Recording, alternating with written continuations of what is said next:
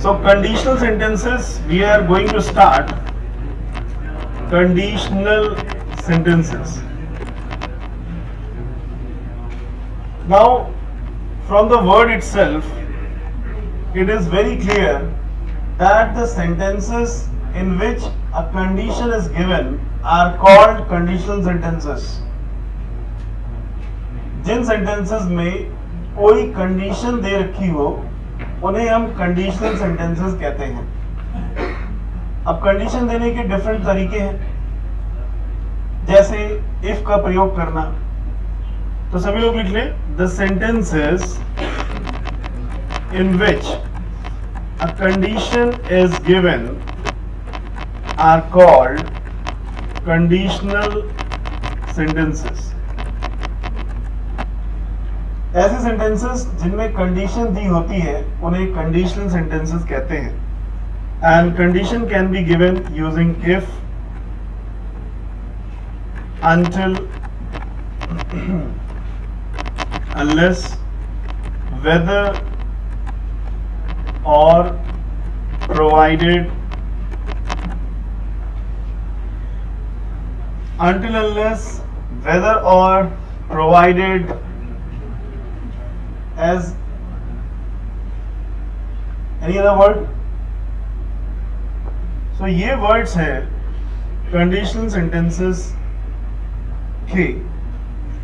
आप सभी को पता है कि if का मतलब होता है अगर, यदि. अगर मगर नहीं होता है, अगर होता है या यदि होता है. और कंडीशनल सेंटेंसेस हम क्यों बनाते हैं इसके बारे में आप सभी को पता होगा कि कोई ना कोई स्थिति को देते हुए हम उसके परिणाम की घोषणा करते हैं. जैसे मैंने कहा, अगर आप मेरी बात ध्यान से सुनेंगे आपको टॉपिक समझ में आएगा. तो मैंने एक स्थिति दी कि अगर आप मेरी बात ध्यान से सुनते हैं. अब जनरली हम हिंदी में गलत बोलते हैं, रॉन्ग सेंटेंस फॉर्मेशन इन हिंदी. और चूंकि हिंदी में हम गलत फ्रेम करते हैं इसीलिए हमारी आदत पड़ी है इंग्लिश में भी गलत बनाने की. जरा समझिए हिंदी में हम गलत क्या बोलते हैं. हिंदी में हम गलत बोलते हैं कि अगर तुम मेरी बात ध्यान से सुनोगे, जबकि होना चाहिए अगर तुम मेरी बात ध्यान से सुनते हो. क्योंकि कंडीशन स्थिति जो है वो वर्तमान में देनी चाहिए अभी, और उसका परिणाम हमें घोषित करना चाहिए भविष्य में, फ्यूचर में. ऐसी बात सही है कि नहीं? तो जो सही मायने में सेंटेंस होगा हिंदी में वो ये होगा, अगर तुम मेरी बात ध्यान से सुनते हो. अगर तुम मेरी बात ध्यान से सुनते हो तुम्हें पूरा टॉपिक समझ आएगा. ऐसा होना चाहिए. और हम करते क्या है, अगर तुम मेरी बात ध्यान से सुनोगे, जिसकी वजह से हमारी गलत आदत पड़ गई है कि हम कंडीशन को भी फ्यूचर में दिखाते हैं. Due to this we have to be careful about the syntax of conditional sentences. तो हमें conditional sentences के syntax को बहुत ध्यान से समझना चाहिए. conditional sentence के syntax में हमें ध्यान देना होगा कि दो sentence होंगे. पहला sentence condition को व्यक्त करेगा, और चूंकि ये condition को व्यक्त करेगा तो ideally होना चाहिए किसमें, प्रेजेंट में होना चाहिए. और दूसरा सेंटेंस रिजल्ट को व्यक्त करेगा. किसको व्यक्त करेगा? और आइडियली इसे होना चाहिए फ्यूचर में. तो पहला लेसन आप सभी को यही लेना है कि condition must be in present and result should be in future. यही सबसे पहला कंडीशनल सेंटेंसेस का रूल है. मुझे नहीं लगता कि इसमें कोई रटने की बात है और नेचुरल बात है। तो अगर आप मेरी बात ध्यान से सुनते हैं, आपको पूरा टॉपिक समझ में आएगा। हाउ टू से in English, note it down. अगर आप मेरी बात ध्यान से सुनते हैं, आपको पूरा टॉपिक समझ में आएगा। आप सिंपली कह सकते हैं, if you listen to me carefully you will understand the whole concept very well. अगर तुम उससे डेली बात करते हो, महीने में तुम्हारा काफी खर्चा होगा। अगर तुम उससे डेली बात करते हो, महीने में तुम्हारा काफी खर्चा होगा। If you talk to her daily, you will have to spend a lot in a month.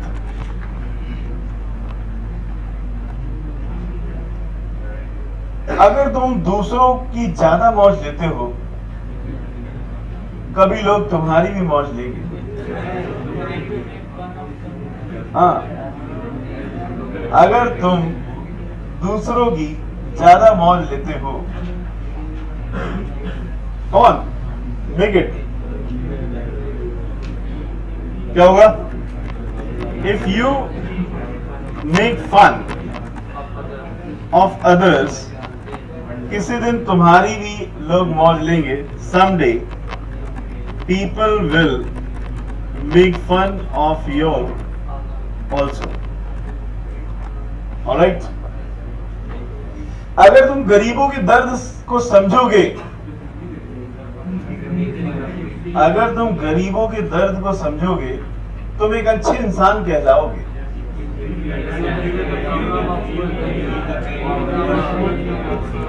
If you feel the pain of the poor,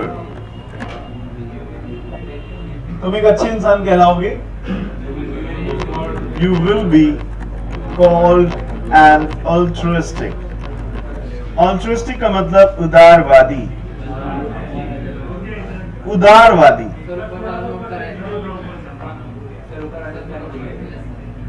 उदारवादी नहीं, उदारवादी।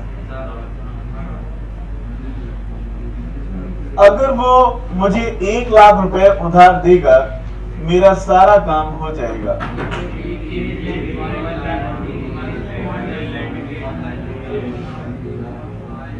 अगर वो 1 लाख रुपया मुझे उधार देगा, lends,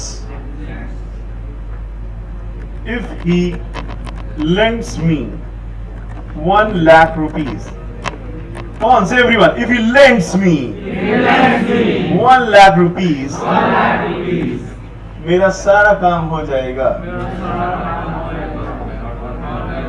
All my purposes will be fulfilled. All my purposes will be solved.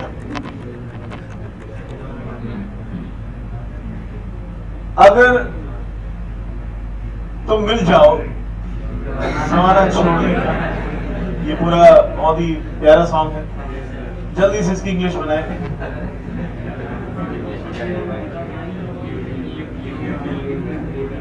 If I get you, I shall leave the whole world. कोई मतलब ही नहीं। बोलो, if I get you, I shall leave the whole world. I am not concerned with the world. इस तरह से आप नाना प्रकार की कंडीशंस अपनी बातचीत में रख सकते हैं। जब भी आप किसी से बात करें, नाना प्रकार का मतलब होता है विभिन्न। हाँ, अब हम लोग एक ले लेते हैं theme based topic. Students listen, बोलो theme based topic, theme based topic. Theme based topic का मतलब है अगर आपको ये थीम समझ में आ गई है तो इसी पे आधारित आप एक टॉपिक ले सकते हैं और जल्दी जल्दी सेंटेंसेस बना सकते हैं। जैसे आप बहुत ही सीनियर पर्सन है, you have lot of experience of making career, developing personality, developing communication skills. तो आप अपने जूनियर्स को एक्सप्लेन कर रहे हैं हाउ टू डू दैट। बोलो you are an experienced person, you are an experienced person in career progression. You are going to suggest your juniors for the same. चलिए अब आप लोग सेंटेंसेस बनाएं और मैं उनको नोट करूंगा। Come on. जैसे मैंने सेंटेंस बनाया, अगर आप अपने काम को सिंसियरली करते हैं आपको सेल्फ सेटिस्फैक्शन उस काम को करने के बाद होगा। ऐसी नसीहत हम जनरली अपने जूनियर्स को देते हैं कि नहीं, कंडीशन देकर भी। तो आपको करियर प्रोग्रेशन का अच्छा एक्सपीरियंस है। अब मान लो आपके सामने कुछ बच्चे आए हैं 5th क्लास के, कह रहे भैया थोड़ा हमें भी गाइड करो। अब भैया जा रहे गाइड करने, तो भैया ने कहा बोलो अगर तुम अपना काम सिंसियरली करते हो तुम्हें हमेशा सेल्फ सेटिस्फैक्शन मिलेगा। Make it's English, you make.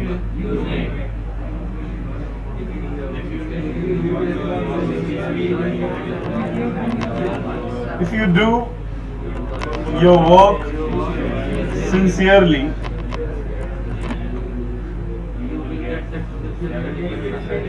you will always get self-satisfaction.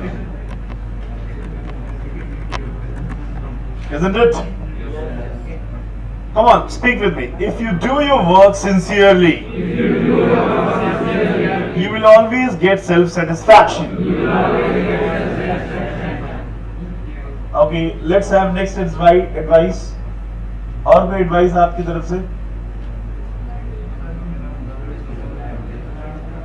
अगर तुम सुबह जल्दी उठते हो तुम्हें हर एक्टिविटी के लिए टाइम मिलेगा।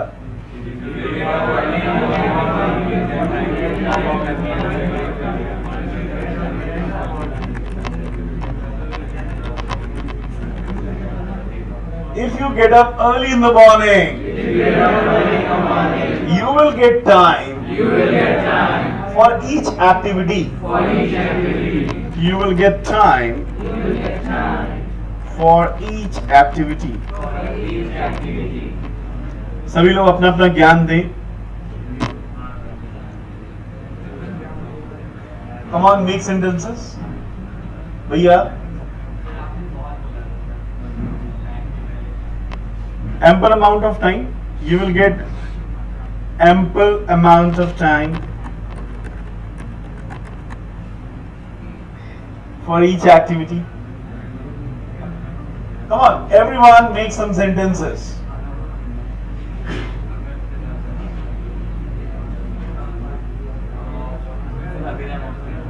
Huh? Abhinav, stand up. Sure. If you give time to your body will help you. Nice, nice. अगर आप अपने शरीर को टाइम देंगे, थोड़ा सा शरीर को एक्सरसाइज में लगा दीजिए। अगर आप एक्सरसाइजेस में टाइम देंगे तो ये आपको हमेशा एनर्जाइज रखेगा। बोलो, if you give time for physical exercise, ये हमेशा आपको एनर्जाइज रखेगा. It will always keep you energized. Next. Any other sentence? If you get a protein, your muscle will be. Once more. If you get a protein, your muscles will be increased. Yes. If you get protein in your diet, protein ऐसे थोड़े मिल जाएगा. बोलो. If you get protein in your diet, your muscle strength will be increased. Alright, next idea. Come on guys, keeping yourself in mind, you can give ideas. अरे newspaper में बनाता हूँ. If you listen to your teacher carefully, you will gain knowledge. You will gain in-depth knowledge. बोलो, if you listen to your teacher carefully, you will gain in-depth knowledge and unforgettable, कभी ना भूला जा सके. So guys, ये हाँ. If you come academy to see that girl, your attendance will increase.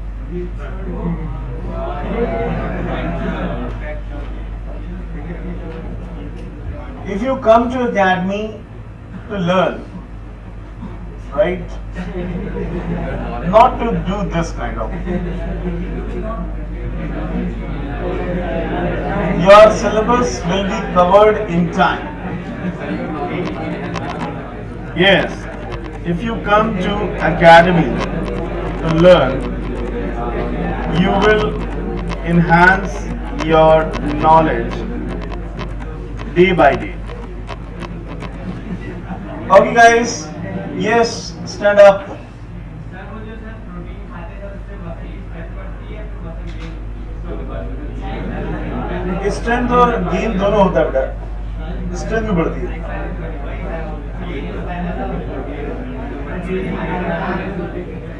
Right right. Okay.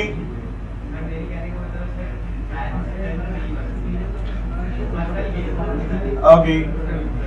तुम्हारा कोई अपना सेंटेंस है? बड़ा बात वही है, स्ट्रेंथ बढ़ेगी यानी कि गेन ही होगा.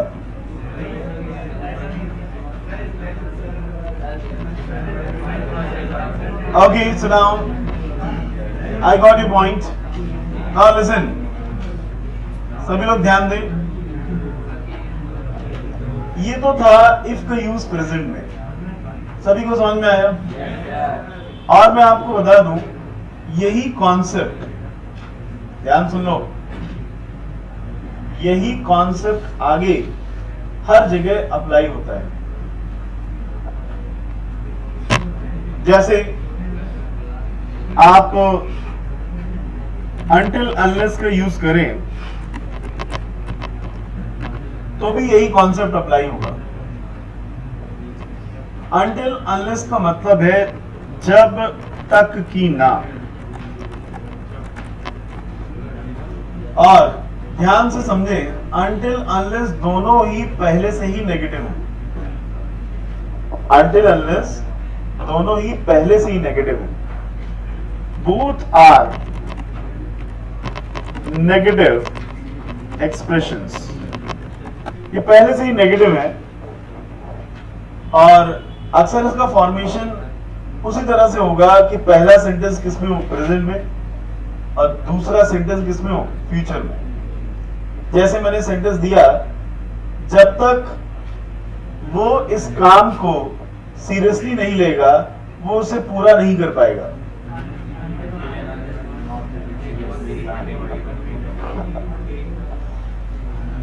जब तक वो इस काम को सीरियसली नहीं लेगा वो उसे पूरा नहीं कर पाएगा until he takes this work seriously he will not be able to complete it.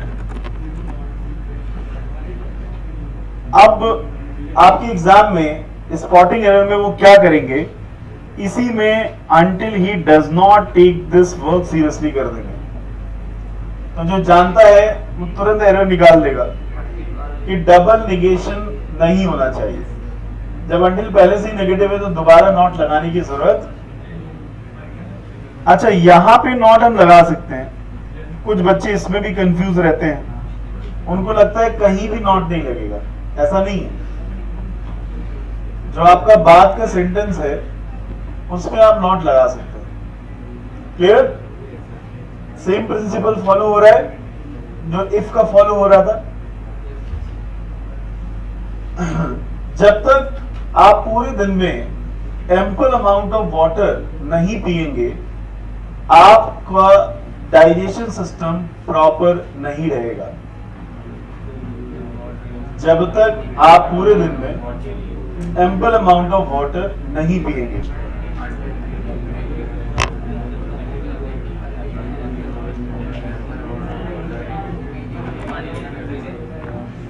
Until you drink ample amount of water,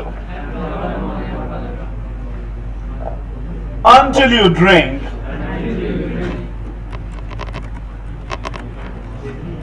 ample amount of water for the whole day,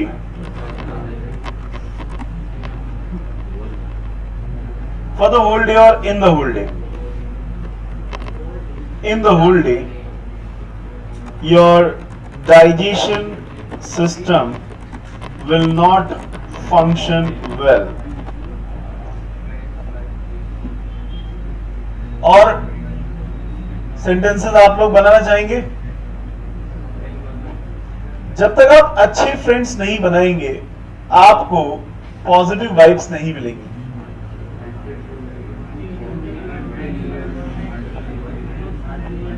जब तक आप अच्छे फ्रेंड्स नहीं बनाएंगे आपको पॉजिटिव वाइब्स नहीं मिलेंगी.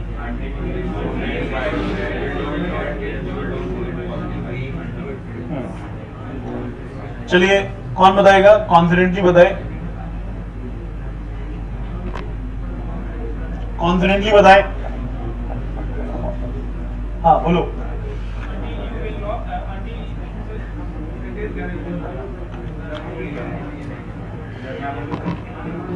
Until you make a good friends, you will not get good vibes. Until you make good friends, you will not get positive vibes.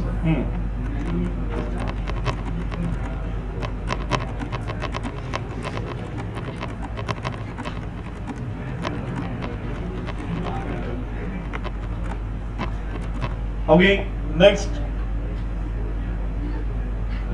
जब तक आप अपने विचारों को कॉन्फिडेंटली प्रेजेंट नहीं करेंगे लोग आपको नहीं सुनेंगे.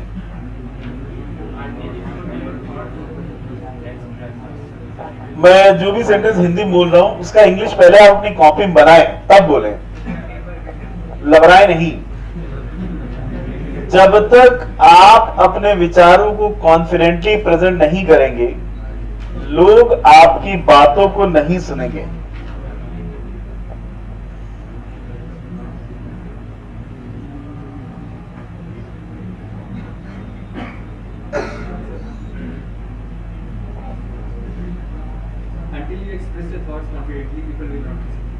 बहुत बढ़िया. Until you express your thoughts confidently, people will not listen to you. Very nice, gentlemen. Next. जब तक वो मेरे संपर्क में नहीं आएगा मेरे प्रभाव को नहीं समझेगा.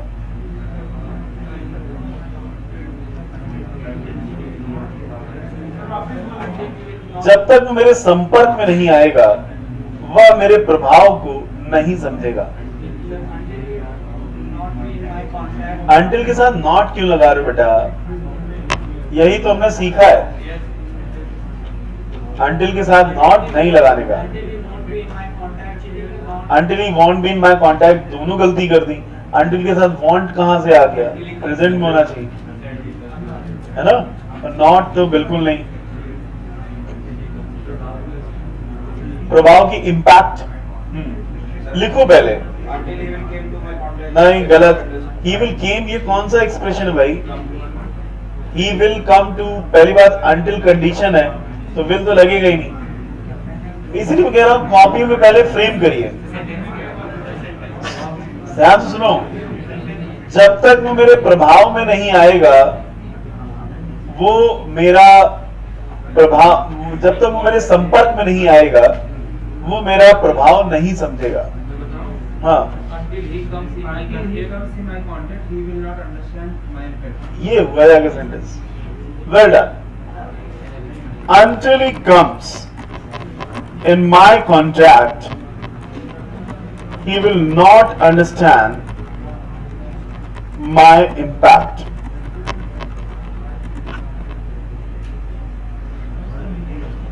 Alright, next sentence. जब तक तुम टॉपिक्स को इन डेप्थ लेवल पे एनालाइज नहीं करोगे, जब तक तुम टॉपिक्स को इन डेप्थ लेवल पे एनालाइज नहीं करोगे, तुम उनके रूट कॉजेस, तुम उनके रूट लेवल की जानकारी नहीं दे पाओगे।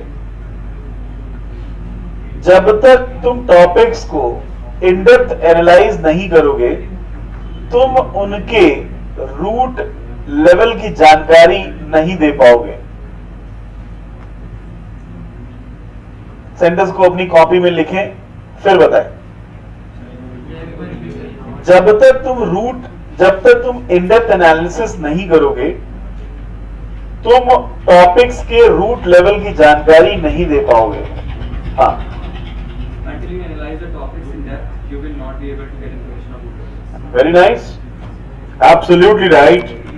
Until you analyze the topic in depth, you won't be able to give its root level information. That's true.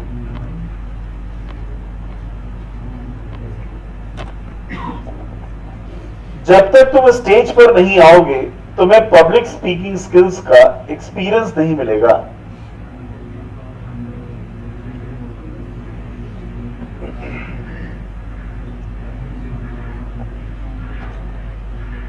जब तक तुम स्टेज पर नहीं आओगे, तुम्हें पब्लिक स्पीकिंग स्किल्स का एक्सपीरियंस नहीं मिलेगा। हाँ बोलो। Until you get on stage, you will not get the experience of public speaking. You're right. Until you come on the stage, you will not get the experience of public speaking. जब तक तुम अंग्रेजी में नहीं सोचोगे, तुम English fluently नहीं बोल पाओगे।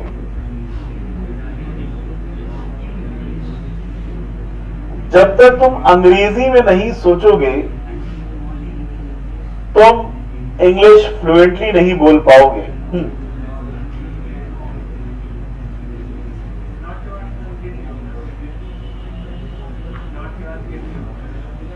हाँ, यू राइट। बोलो। हाँ बताइए। Until you think in English, you will not speak in English fluently. हाँ, जहां पे पाना शब्द आता है, ऐसा नहीं कर पाओगे, वहां पे एबल टू लगाइए। बोलो, नहीं बोल पाओगे। You won't be able to speak in English.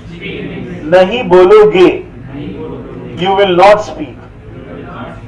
नहीं बोल पाओगे, you will not be able to speak. Until you think in English, you will not be able to speak in English fluently. Alright guys, मुझे लगता है until की आपने अच्छी practice कर ली. Everybody is happy. अब कभी कभी बच्चों के दिमाग में यह आता है कि अंटिल तो समझ में आ गया, अनलेस का यूज क्या है. कभी कभी वो पूछते हैं difference between until and unless. Until और अनलेस में क्या डिफरेंस है, कौन बताएगा? Difference between until and unless. Any idea? Until unless में डिफरेंस केवल इतना है कि until जो आप देख रहे हैं जिसमें T आ रहा है, बोलो until. T for time. Until comes time related conditions. Until comes for time related conditions. And unless comes for any condition, any kind of condition. So there is very slight difference. There is very slight difference. And ऐसा difference आज तक पूछा ही नहीं गया है कि यहां पे until लगाओगे कि unless लगाओगे, जो मनो लगा दो. लेकिन अगर कोई डिफरेंस की बात करें तो छोटा सा डिफरेंस है कि अंटिल लगेगा टाइम रिलेटेड कंडीशंस के लिए. जैसे जब तक तुम वहां समय पर नहीं पहुंचोगे वो लोग प्रोग्राम नहीं शुरू करेंगे. जब तक तुम वहां समय पर नहीं पहुंचोगे, until you reach there on time, वो लोग प्रोग्राम शुरू नहीं करेंगे. दे विल नॉट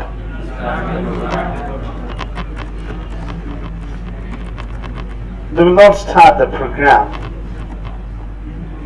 अब मान लीजिए सेंटेंस है, जब तक तुम शादी में शामिल नहीं होगे मैं घोड़ी नहीं चढ़ूंगा. यहां पे एक कंडीशन दी जा रही, टाइम की बात नहीं की जा रही. बोलो unless you join my marriage party, I will not be on. घोड़ी के लिए क्या बोलोगे?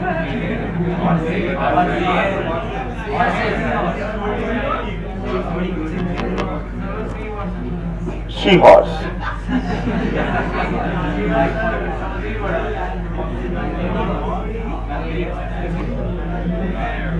Bridegroom. I will not proceed for marriage. घोड़ी ना चढ़ना मतलब मैरिज के लिए आगे प्रोसीड ना करना. ऐसा ना पूरा ध्यान घोड़ी पे. घोड़ी is a part of marriage, not everything. कोई लोग कह रहे मेयर लिख दो. एनीवेज, सभी को समझ आया? और यही डिफरेंस है. और कुछ लोग तो अंटिल अनलेस को एक साथ बोलते हैं, मतलब बहुत ज्यादा हाईलाइट करके मैं बोल रहा हूं. For एम्फैटिक conditions. एम्फैटिक, सभी लोग बोले एम्फैटिक. Until and unless use together. जब तक तुम मेरी बात ध्यान से नहीं सुनोगे मैं तुमसे आगे बात नहीं करूंगा. गुस्से बोलो until and unless. Until and unless you listen to me carefully. I won't talk to you further.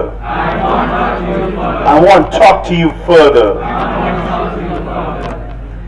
तो जब भी किसी को हड़काना हो आप until and unless एक साथ लगाएं. जब तक तुम इस देहरी पर कदम नहीं रखोगे मैं तुम्हें एक्सेप्ट नहीं करूंगा. Until and unless you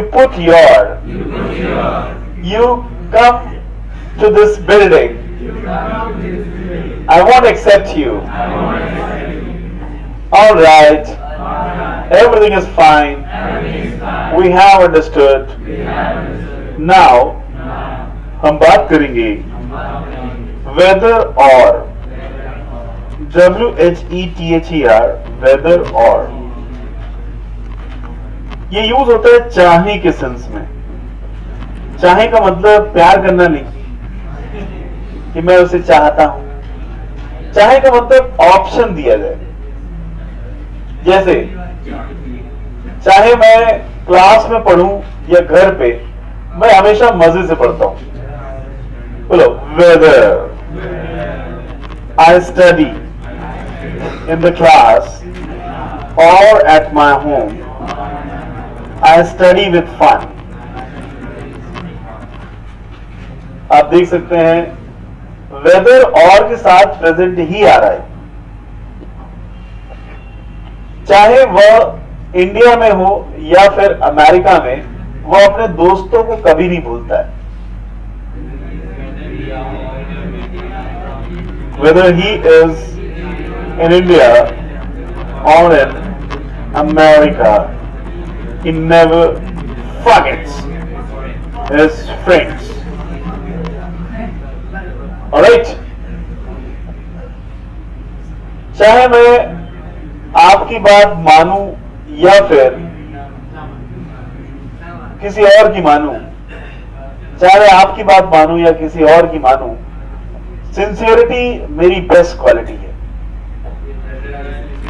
Whether I follow you or someone else, sincerity is my best quality. क्या आप लोग अपनी तरफ से कुछ सेंटेंस बनाना चाहेंगे? चाहे पे, चाहे मैं ये करूं, चाहे मैं वो करूं, मेरी मर्जी। बोलो, whether I do this or I do that, or I do that, it is my wish. Okay, any other sentence?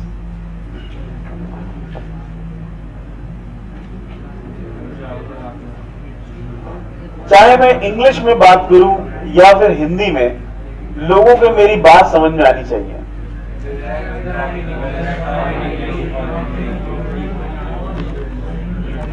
Whether I talk in English or in Hindi, people must understand my message. चाहे ये आग मेरे सीने में जले या फिर तुम्हारे सीने में हो कहीं, मगर ये आग जलनी चाहिए।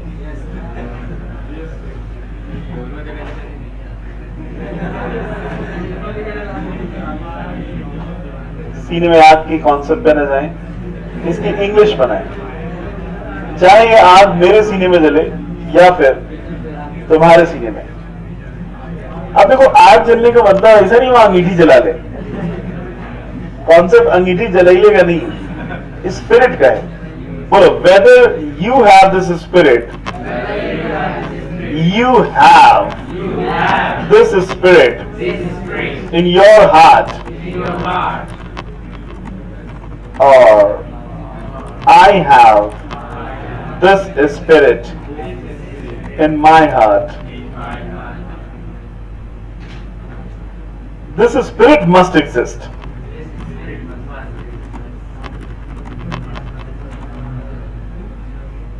कुछ बच्चे सोच रहे होंगे इतना लंबा बोलने के बजाय हम इशारे से बता देंगे, वेदर और तो होना चाहिए। बोलो, सभी बोले, whether you have this spirit in your heart और I have this spirit in my heart, this spirit must exist. So whether और का भी आपको अच्छे से एक्सपीरियंस हो गया। आज हम लोग अगला टॉपिक पढ़ते हैं, प्रोवाइडेड। प्रोवाइडेड का अर्थ है बशर्ते। क्या अर्थ है? बोलो, प्रोवाइडेड बशर्ते। बशर्ते का मतलब है शर्त के साथ। क्या मतलब है? इसमें ऐसा होता है कि शर्त बाद में आती है, रिजल्ट पहले आ जाता है। जैसे आपने कहा मैं तुम्हें जरूर हेल्प करूंगा बशर्ते आप मुझे हेल्प लेने का कारण बताएं। ऐसा, मैं तुम्हारी हेल्प जरूर करूंगा बशर्ते आप हेल्प लेने का कारण बताएं। I will definitely help you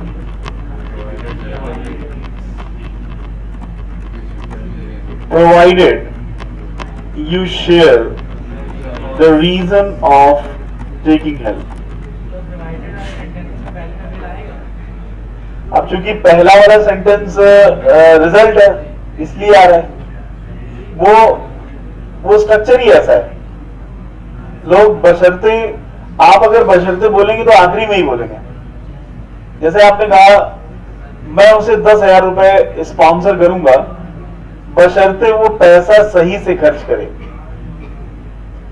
मैं उसे 10,000 रुपए स्पॉन्सर करूंगा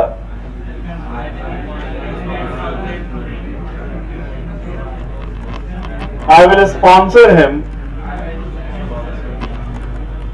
10,000 rupees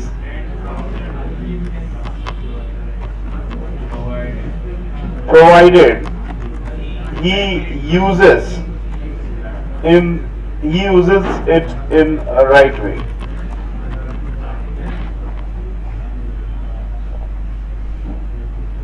मैं आपको इफेक्टिव सॉल्यूशन प्रोवाइड करूंगा बशर्ते आप मुझे अपनी प्रॉब्लम सही से एक्सप्लेन करें।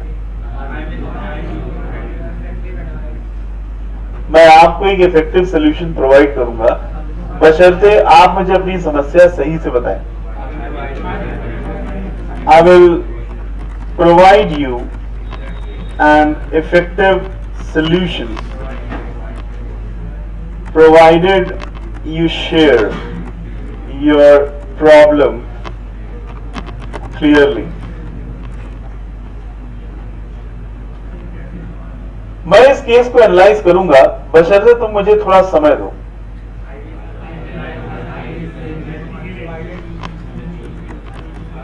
I will analyze this case provided you give me some time।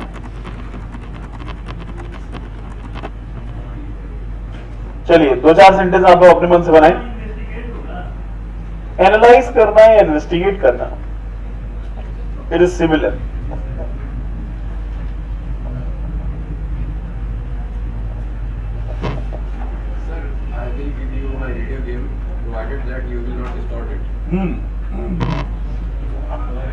मैं तुम्हें अपना गेम दे दूंगा लेकिन तुम इसे तोड़ो नहीं।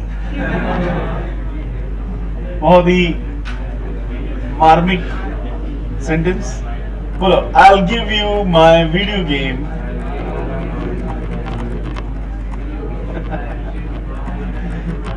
provided you don't break it।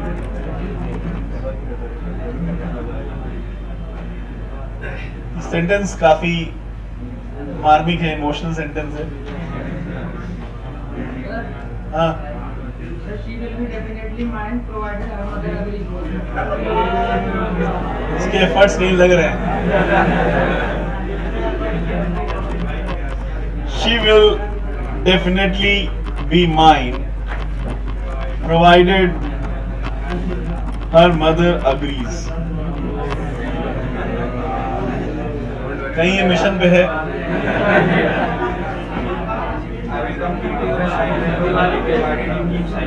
Yes, listen to his sentence, come on। Sir, I will complete your assignment provided you keep silence। I will complete your assignments properly provided you keep silence। Okay, next। हाँ, next बेटा।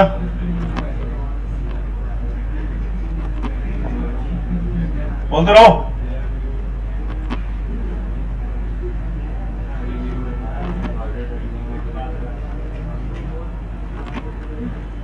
बस।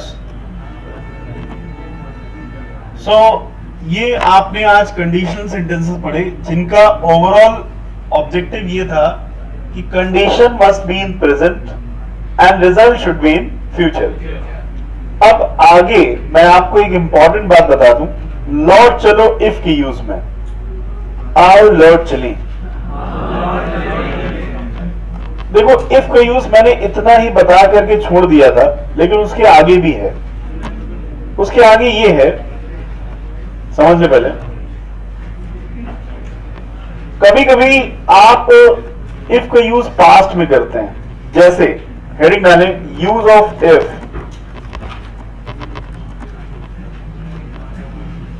In past. जैसे आप कहते हैं अगर तुमने मुझे पहले बता दिया होता मैं तुम्हारे लिए 10,000 रुपए रोक के रखता। बताया नहीं, हमने खर्च कर दिए। ऐसा लोग अक्सर कहते हैं। बोलो, अगर तुमने मुझे पहले बताया होता मैं तुम्हारे लिए 10,000 सेव करके रखता। ऐसे सेंटेंस में first sentence is used had के साथ, if plus had plus V3। ऐसे सेंटेंस में पहले सेंटेंस में लगता है इफ के साथ हैड बड़ा, और दूसरे सेंटेंस में डिपेंड करता है कि क्या सीक्वेंस है वहां पे। दूसरे सेंटेंस में अगर इंडेफिनिट केस है तो वुड आएगा,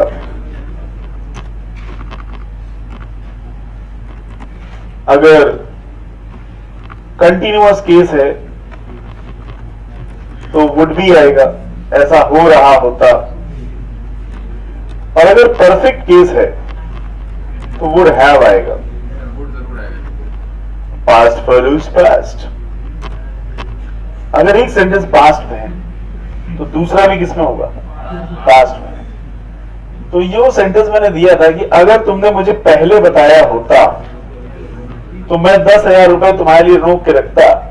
क्या हो जाएगा? इफ यू हैड told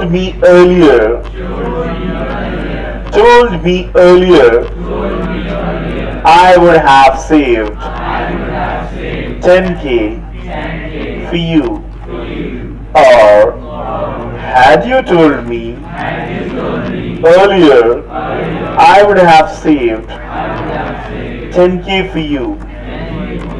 दोनों ही सही हैं, नोट कर लो। अब ये जो यूज है इफ का यूज पास्ट में, इसका डिस्कशन में लगभग 1 आवर चाहिए होगा। तो इस डिस्कशन को हम लोग नेक्स्ट टर्न में करेंगे, और नीड नॉट और डेयर नॉट का डिस्कशन भी करना है। ये 2 टॉपिक आप नोट कर लें। और आज आप जितने ज्यादा सेंटेंस बना सके इफ का यूज करके, अनटिल अनलेस का यूज करके, वेदर और का यूज करके बनाए। मिनिमम 5 तो बनाए ही। तो आज आपका होमवर्क है 20 सेंटेंसेस का। कितने सेंटेंसेस का? 20। Alright, see you next turn. जय हिंद।